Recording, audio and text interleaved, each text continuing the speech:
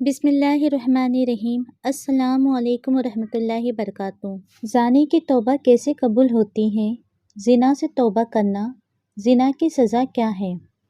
ایک نوجوان صحابی جسے لوگ معاذ رضی اللہ عنہ کے نام سے جانتے تھے، ان کی شادی مدینہ منورہ میں ہوئی تھی۔ ایک دن شیطان نے ان کو پھسلایا، ان کو ایک انصار کے لونڈے پر مائل کر دیا اور راہ حق سے ہٹانے کی کوشش کی۔ معاذ رضی اللہ عنہ شیطان کے جال میں پھنسے اور اس لونڈی کو تنہائی میں لے گئے۔ اب یہ دونوں تھے اور تیسرا ان میں شیطان تھا۔ وہ برائی کو ان دونوں کے لیے نہایت خوبصورت اور پرکشش بنا کر پیش کر رہا تھا۔ وہ دونوں بہک گئے اور جوانی کی طغیانی کا شکار ہو گئے۔ جب معاذ رضی اللہ عنہ اپنے جرم سے فارغ ہوئے تو شیطان نے اس کا ساتھ چھوڑ دیا۔ اب وہ پھوٹ پھوٹ کر رونے لگے اور اپنے نفس کا محاسبہ کرنے لگے اور اپنے آپ کو ملامت کرنے لگے۔ گناہ کی آگ ان کے دل کو جلانے لگی۔ وہ بے قرار ہو کر حضور صلی اللہ علیہ وسلم کی خدمت میں آئے اور آپ صلی اللہ علیہ وسلم کے سامنے آ کر کھڑے ہو گئے۔ احساس گناہ اسے تڑپانے لگا۔ کہنے لگے، اے اللہ کے رسول، مجھ سے ایک گناہ ہو گیا ہے، یعنی زنا ہو گیا ہے، مجھے پاک کر دیجئے۔ نبی کریم صلی اللہ علیہ وسلم نے ان کی طرف سے منہ پھیر لیا۔ وہ دوسری جانب آ گئے، بولے، اے اللہ کے رسول، میں شیطان کے جھانسے میں آ گیا، زنا کر بیٹھا ہوں، مجھے پاک کر دیجئے۔ نبی کریم صلی اللہ علیہ وسلم نے فرمایا، تجھ پر افسوس ہے، واپس چلا جا اور اللہ تعالیٰ سے اپنی گناہوں کی معافی مانگ اور توبہ کر لے۔ وہ تھوڑی دیر بعد پھر آ گیا۔ گناہ کی آگ نے اس کا آرام چھین لیا۔ وہ صبر نہ کر سکا۔ نبی کریم صلی اللہ علیہ وسلم نے اس کے بارے میں حکم دیا کہ اسے یہاں سے نکال دو۔ اسے نکال دیا گیا۔ وہ چوتھی مرتبہ پھر چلا آیا۔ نبی کریم صلی اللہ علیہ وسلم نے لوگوں سے پوچھا، کیا یہ دیوانہ ہے؟ لوگوں نے کہا، اللہ کے رسول، ہم تو اس میں ایسا کوئی مرض نہیں پاتے۔ آپ نے فرمایا، شاید اس نے شراب پی ہوئی ہو، اس لیے ایسی حرکتیں کر رہا ہے۔ ایک آدمی کھڑا ہوا، اس نے معاذ رضی اللہ عنہ کا منہ سونگھا، اسے شراب کی کوئی بو محسوس نہیں ہوئی۔ نبی کریم صلی اللہ علیہ وسلم نے پوچھا، تجھے پتہ ہے زنا کسے کہتے ہیں؟ اس نے کہا، جی ہاں، میں ایک عورت کے ساتھ اس طرح حرام عمل کر بیٹھا ہوں جیسے ایک آدمی حلال طریقے سے اپنی بیوی کے پاس کرتا ہے۔ آپ نے پوچھا، اب اس بات سے تمہارا کیا مطلب ہے؟ اس نے کہا، مجھے پاک کر دیجئے۔ نبی کریم صلی اللہ علیہ وسلم نے مکمل تفتیش کروائی، جرم ثابت ہونے پر حد جاری فرمائی۔ آپ نے حکم دیا اور اسے سنسار کر دیا گیا۔ جب اس کی نماز جنازہ پڑھی گئی اور اسے دفن کر دیا گیا تو نبی کریم صلی اللہ علیہ وسلم دو آدمیوں کے پاس سے گزرے۔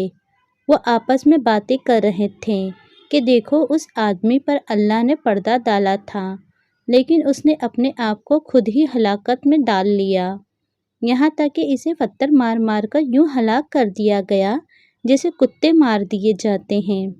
نبی کریم صلی اللہ علیہ وسلم خاموش ہو گئے، پھر تھوڑا سا چلے آگے۔ ایک مردہ گدھا پڑا ہوا تھا، اسے دھوپ نے جلا دیا تھا اور وہ پھول گیا تھا۔ جب نبی کریم صلی اللہ علیہ وسلم نے اس گدھے کو دیکھا تو پوچھا، فلاں فلاں آدمی کدھر ہے؟ وہ دونوں بولے، اللہ کے رسول صلی اللہ علیہ وسلم، ہم یہاں ہیں۔ آپ نے فرمایا، اترو اور اس گدھے کا گوشت کھاؤ۔ وہ حیران ہو کر بولے، اللہ کے نبی صلی اللہ علیہ وسلم، بھلا اسے کون کھا سکتا ہے؟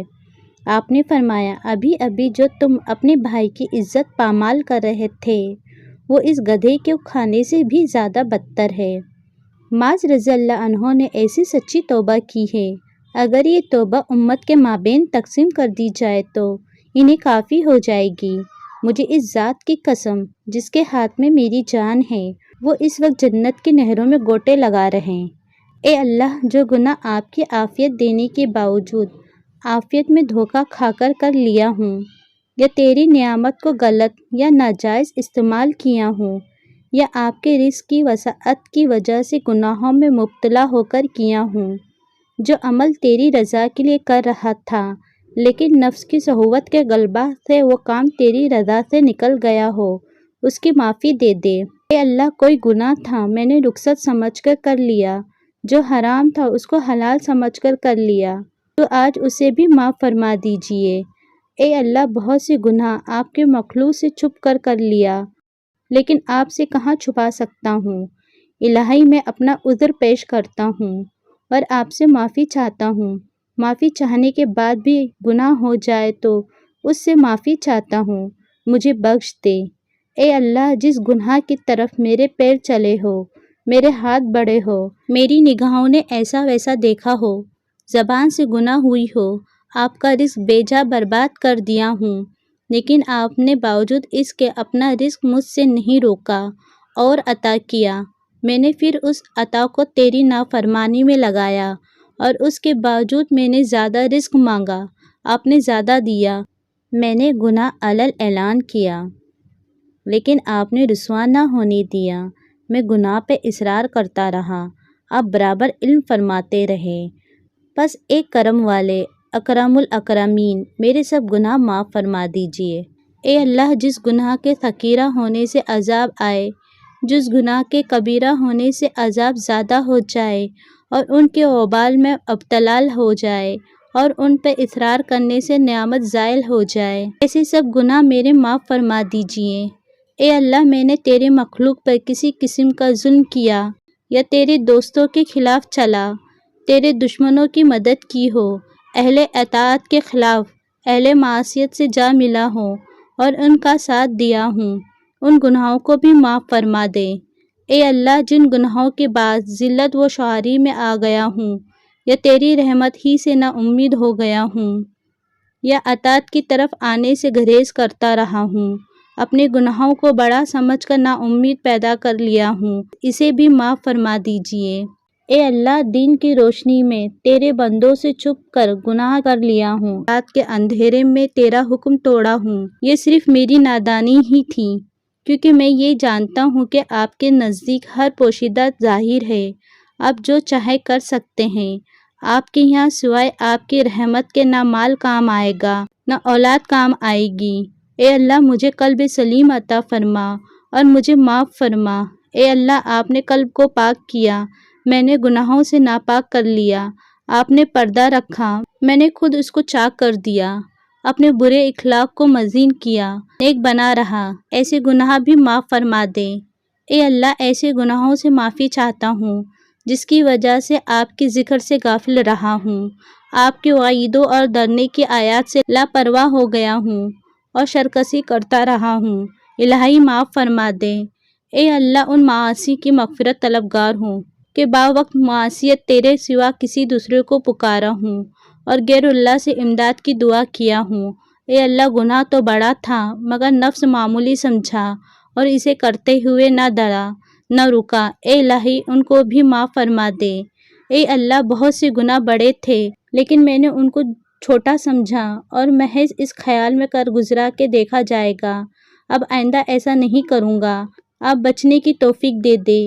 اب میں معافی چاہتا ہوں، ایسے سب گناہ بخش دے۔ اے اللہ، میں نے امانت میں خیانت کی ہو، خیانت مال کی ہو یا زبان کی ہو، اور نفس نے ان کو مزین کر دی اور میں اس میں مبتلا ہو گیا، یا شہوانی خیانت کر لی ہو، یا کسی گناہ کرنے میں امداد دی ہو، یا کسی بھی طریقے سے اس کو گناہ کرنے میں قوت پہنچائی ہو یا اس کا ساتھ دیا ہوں۔ کبھی کوئی نصیحت کرنے والا آیا، میں نے اس کو برا بھلا کہا ہوں، کسی قسم کی اس کی آزادی ہوں یا تکلیف پہنچائی ہوں، کسی حیلہ کے ذریعے اس کو ناحق ستایا ہوں، اے اللہ، میں معافی چاہتا ہوں، مجھے معاف فرما دے۔ آمین ثم آمین۔